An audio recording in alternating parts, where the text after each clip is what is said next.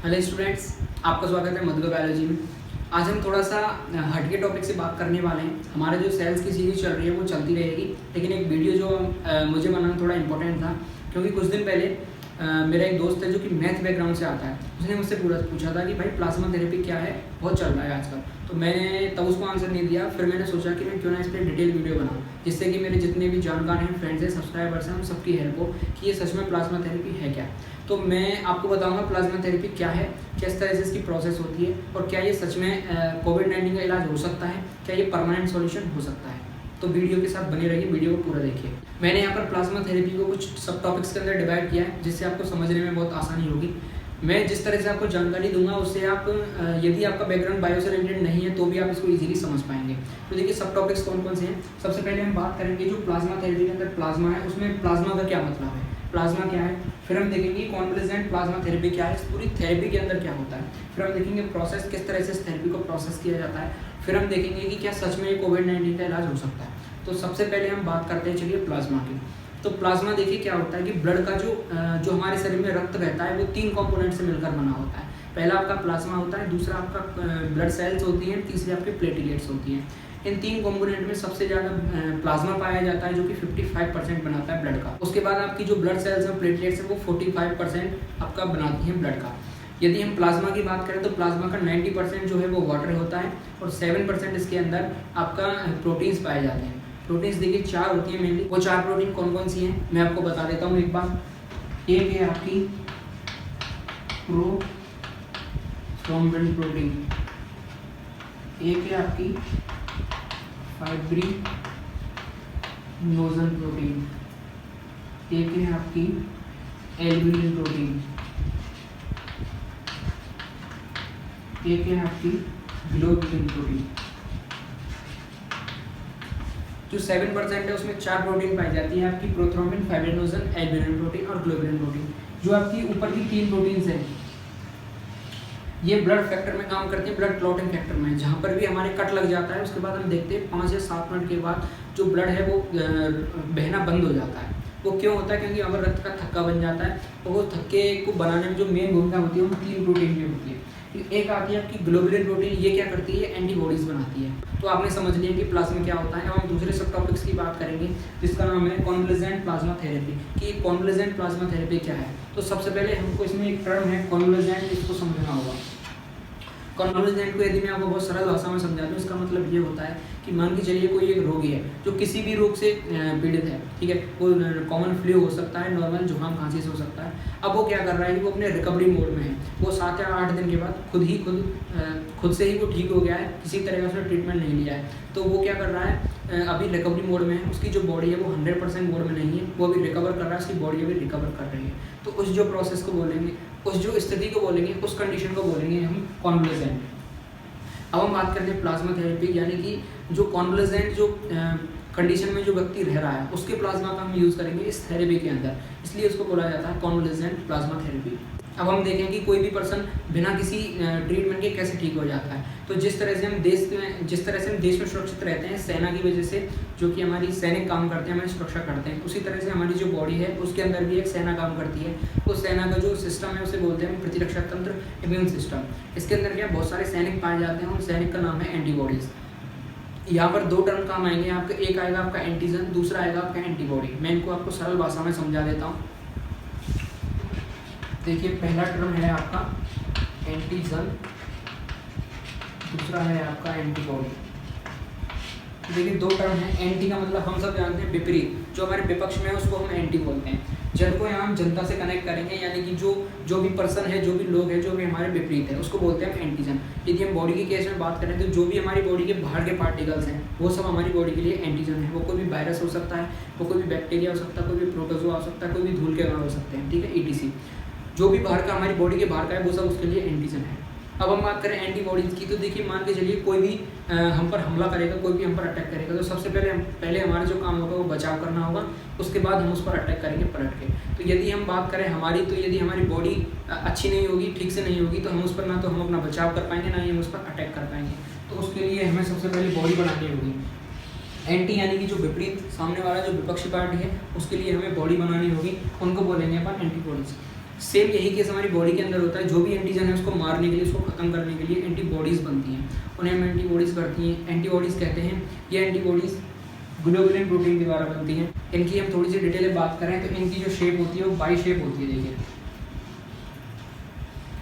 इनकी जो 2 पॉइंट हैं, ये 2 पॉइंट इसलिए इंपॉर्टेंट हैं कि ये यहाँ पर क्या करते हैं, कोई भी एंटीजन है, माना कि ये बाहरी पार्टिकल है, ये इसकी पहचान करेंगे और इसके ऊपर अपने ऊपर चिपका लेते हैं, उसको कैच कर लेते हैं। इस तरह से इनका जो स्ट्रक्चर है वो इस तरह से होता है कि एंटीजन आकर इन पर स्वतः ही चिपक जाता है। इसके बाद ये क्या करते हैं, जो इनकी जो सेना है, जो एंटीजन को मारने का काम करती है, उसको ये सिग्नल कर देते हैं कि हाँ भाई, जो आतंकवादी, जो टेररिस्ट है, उसको हमने सर्विलांस कर लिया है, वो हमारे कंट्रोल में है, आप आ जाइए और उसको ख़त्म कर दीजिए। फिर जो आने वाली कोशिकाएं उनको बोलते हैं मैक्रोफेजेस सेल, वो क्या करती हैं, आते ही एंटीजन को खा जाती हैं, वो उसको समाप्त कर देती हैं। तो इस तरह से हमारी पूरी बॉडी में इम्यून सिस्टम है वो वर्क करता है। अब यदि हम इसको कोरोना वायरस कोविड-19 के फील्ड में जाके देखें तो उसके अंदर क्या है कि हम देख रहे हैं आजकल की जो लोग पॉजिटिव निकल रहे हैं, उसके अलावा कुछ लोग ऐसे भी हैं जो कि इस जो बीमारी से रिकवर कर रहे हैं। तो वो कौन लोग हैं जो कि इस बीमारी से रिकवर कर रहे हैं, तो वो ऐसे लोग हैं जिनकी जो एंटीबॉडीज़ हैं बहुत ज़्यादा मात्रा में बन रही हैं और उनका जो प्रतिरक्षा तंत्र है बहुत ही ज़्यादा स्ट्रॉन्ग है, और साथ ही साथ उनकी जो एंटीबॉडीज़ हैं बहुत मजबूती से काम कर रही हैं। वही लोग हैं जो कि इस कोरोना जैसी महामारी से भी रिकवर होकर आ रहे हैं। तो ऐसे लोगों का हम क्या उपयोग करेंगे कि इस थेरेपी में जो कॉन्वलेसेंट लोग हैं उनकी जो प्लाज्मा को लेंगे और उनकी प्लाज्मा में से हम एंटीबॉडीज़ को निकालेंगे, क्योंकि उनकी एंटीबॉडीज़ हैं बहुत मजबूत हैं, वो कोरोना वायरस जैसे वायरस को भी मार रही हैं, तो उनकी जो वैल्यू है हम समझ सकते हैं। तो उनको निकाल के हम जो रोगी व्यक्ति के अंदर डालेंगे तो उससे उस जो रोगी व्यक्ति है वो भी कोरोना वायरस से ठीक हो सकता है। इस पूरे जो प्रोसेस को हम बोलते हैं कॉन्वलेसेंट प्लाज्मा थेरेपी। अब यदि हम तीसरे सब स्टेप की बात करें तो वो है प्रोसेस देखिए कैसे करती है जो कॉन्वलेसेंट प्लाज्मा थेरेपी है। उसके अंदर सबसे पहले हम ऐसे लोगों को चिन्हित करते हैं जो कि कोरोना वायरस से रिकवर हो रहे हैं। उसके बाद हम क्या करते हैं कि उनकी बॉडी से जो प्लाज्मा है उसको निकाल देते हैं। जो ब्लड से प्लाज्मा को निकालने की जो प्रोसेस है उसको बोलते हैं प्लाज्मा फोरेसिस। ब्लड से प्लाज्मा निकालने की जो प्रोसेस है उसे बोलेंगे प्लाज्मा फोरेसिस। इंग्लिश में एक टर्म है प्लाज्मा फेरेसिस, जिसका कि मीन होता है कि हम ब्लड से प्लाज्मा को अलग कर रहे हैं। उसके बाद हम क्या करेंगे, प्लाज्मा में से हमें निकालनी है एंटीबॉडीज़, क्योंकि हमें काम है सिर्फ एंटीबॉडीज़ से। अब हम क्या करेंगे, जो सामने वाला पर्सन जो भी बीमार है उसकी बॉडी में इंजेक्ट करने से पहले हमें कुछ चीज़ों की जांच करनी होगी। जहाँ से भी हमने एंटीबॉडीज या प्लाज्मा को लिया है उसमें हमें थोड़ी सी चीज़ें स्कैन करनी होंगी। वो चीज़ें हमें देखनी होंगी कहीं इसके अंदर कोई वायरस तो नहीं है, कोई दूसरा बैक्टीरिया तो नहीं है, कोई ऐसा डिजीज़ का कारक तो नहीं है कि ये बीमारी एक से दूसरे में फैल जाए। यदि हमें पता है उसके बाद भी यदि हम बीमारी को फैला रहे हैं तो हम बहुत बड़ा अपराध कर रहे हैं, जो कि गलत होगा। इसलिए हमें सबसे पहले ही इस चीज़ को चेक कर लेना होगा कि क्या ये सही है, क्या ये गलत है। उसके बाद हमें ये चीज़ की जांच करनी होगी कि ये जो खून है उसके अंदर अल्कोहल, ड्रग्स वगैरह ऐसी कोई मात्रा तो नहीं है। उसके बाद जब सारी चीज़ें स्कैन हो जाएगी तब हम उस प्लाज्मा को उसके अंदर डालेंगे। जो कॉन्वलेसेंट जो प्लाज्मा थेरेपी है, यानी कि जो प्रोसेस है ज़्यादा नई नहीं है, ये बहुत ही पुरानी प्रोसेस है। क्योंकि जो डिप्थीरिया और टेटनस जैसी जो महामारी बीमारियां फैली थी उनके लिए भी जो टीके बनाए गए थे, वैक्सीन्स बनाए गए थे, वो इसी प्लाज्मा थेरेपी के द्वारा बनाए गए थे। ये बहुत ही लंबी प्रोसेस होती है। तो इस तरह से हमने प्रोसेस वाला सब स्टेप को कंप्लीट किया। अब हम इसके चौथे सब टॉपिक्स के लिए आते हैं कि क्या ये सच में कोविड-19 के लिए कारगर है, क्या ये सच में उसका परमानेंट सॉल्यूशन हो सकता है। तो इसका उत्तर है नहीं। जी हाँ, ये कोरोना वायरस के लिए जो हम कह सकते हैं कि परमानेंट सॉल्यूशन उसका नहीं हो सकता, क्योंकि उसका परमानेंट सॉल्यूशन सिर्फ एक है, वो है वैक्सीन। टीका जब तक नहीं बन जाता, जब तक कोई भी बीमारी कोई भी जो दवाई है वो उसका इलाज नहीं कर सकती। लेकिन हम इसको ऐसे कह सकते हैं कि कुछ नहीं से कुछ होना बेहतर है। ये सिर्फ उनके लिए कारगर है जो लोग की एज हैं, जिनकी जो इम्यून सिस्टम है बहुत कमज़ोर है, जिनकी एंटीबॉडीज़ बहुत ज़्यादा कमज़ोर हैं, उनके लिए ये चीज़ कारगर हो सकती है। लेकिन ये कोरोना वायरस का परमानेंट सॉल्यूशन नहीं हो सकता। क्यों नहीं हो सकता, मैं आपको पॉइंट्स बताऊंगा। उनमें सबसे पहला पॉइंट आपका ये है कि जितने लोग पॉजिटिव निकल रहे हैं उससे बहुत कम संख्या में हम देखें तो जो लोग हैं वो रिकवर कर रहे हैं। जो फिलहाल की यदि बात करें तो देश में हमारे में 13,000 से कुछ ज़्यादा केसेस फिलहाल पॉजिटिव हैं, और जो रिकवर करने वाले लोग हैं उनकी संख्या बहुत कम है। तो हम देख सकते हैं रेशियो बहुत ज़्यादा है। तो यदि एक पर्सन के लिए हम एक व्यक्ति भी लाएंगे तो ये जो सिस्टम है वो गड़बड़ा जाएगा, ठीक से वर्क नहीं कर पाएगा, पहली चीज़। दूसरी चीज़ हम क्या कर सकते हैं कि इंडिया हमारा भावनात्मक देश है, यानी कि हमारे जो लोग हैं वो भावना से एक दूसरे से जुड़े हुए हैं। यदि हम बात करें कि किसी भी जो नया जो जवान लड़का है वो कोरोना वायरस से रिकवर हो रहा है, यदि हम उसके घर वालों से बात करेंगे कि हमें उसके ब्लड की आवश्यकता है, तो शायद ही बहुत कम चांस है कि उसके घर वाले माने, क्योंकि आप देखिए वो पहले ही बीमारी इतनी बड़ी जो महामारी है उससे रिकवरी कर रहा है, फिर भी आप उसके बॉडी में से ब्लड को निकाल रहे हैं, तो इसके लिए कोई भी आपको परमिशन नहीं देगा। तीसरे पॉइंट की यदि हम बात करें तो ये जो प्रोसेस है आपकी प्लाज्मा थेरेपी, ये बहुत ही लंबी प्रोसेस है, कोई शॉर्ट प्रोसेस नहीं है। इसके लिए आपकी जो प्लाज्मा फोरेसिस है इसके लिए मशीनें चाहिए होंगी, बहुत ज़्यादा टाइम इसमें बहुत ज़्यादा लगता है, पहली चीज़। दूसरी, आपको इसमें हर चीज़ की चेकिंग करनी पड़ती है कि इसमें कोई और बीमारी तो नहीं है, उसके लिए अलग से टेस्ट करना पड़ेगा। फिर आपको ड्रग्स वगैरह की जानकारी भी लेनी पड़ेगी, तो उसके लिए आपको अलग से टेस्ट करना पड़ेगा। तो ये कोई शॉर्ट ऐसी कोई दवाई नहीं है, कोई टैबलेट नहीं है कि आपको 1-2 बूंद दे दी जाए और आप कोरोना वायरस से ठीक हो जाए। तो इसलिए भी हम कह सकते हैं कि ये जो परमानेंट सॉल्यूशन उसका नहीं है। इसके बाद इसका चौथा पॉइंट आपका ये है कि ऐसे लोगों की जांच करना कि जो रिकवर हो रहे हैं उनमें से भी ऐसे लोगों को ढूंढना जिनके अंदर कोई बीमारी ना हो। तो इंडिया में हम सब जानते हैं कोई ना ज़्यादातर लोग किसी ना किसी बीमारी से जरूर पीड़ित हैं, तो ऐसे लोगों की संख्या और भी कम हो जाएगी जो कि किसी ना किसी बीमारी से पीड़ित ना हो।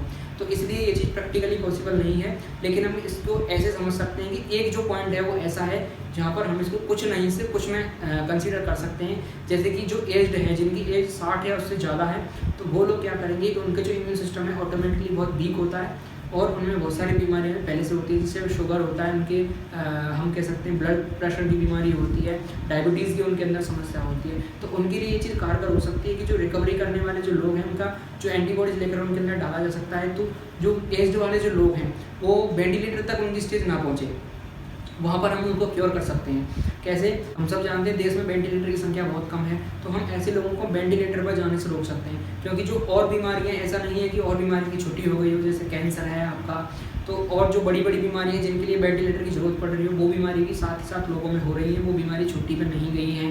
ऐसा नहीं है कोरोना वायरस आ गया है तो इसी की जॉब लगी हो और सब छुट्टी पर गई हो, ऐसा नहीं है।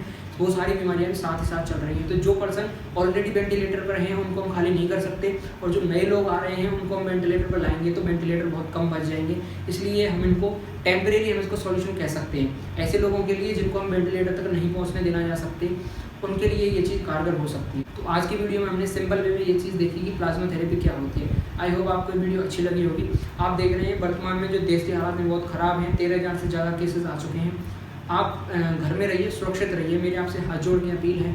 क्योंकि आप देखिए जो पुलिस वाले हैं, जो डॉक्टर्स हैं, वो हमारी सुरक्षा के लिए बाहर खड़े हुए हैं। ऐसी धूप में आप 10 मिनट बाहर नहीं रह सकते, लेकिन वो पूरे दिन पूरी रात ऐसे मौसम में भी वो अपनी ड्यूटी कर रहे हैं, और साथ ही साथ आप फिर भी अपनी पालना नहीं कर रहे हैं। आप एक चीज़ सोचिए कि आपको अपनी जान से प्यार नहीं होगा, लेकिन आपको घर वालों से प्यार होना चाहिए, जिन्होंने आपको जन्म दिया, जिस माता ने आपको 9 महीने तक पेट में पाला, आप उनकी जान के साथ खेल रहे हैं। क्योंकि आपका इम्यून सिस्टम हम मान सकते हैं कि चलिए स्ट्रॉन्ग है, आपको कोरोना वायरस नहीं होगा, लेकिन आपके जो बूढ़े बुजुर्ग माता पिता हैं उनको कोरोना वायरस जरूर हो सकता है। तो इसलिए प्लीज़ समझ जाइए और घर में रहिए, और देश से प्यार करें, माता पिता से प्यार करें। जय हिंद।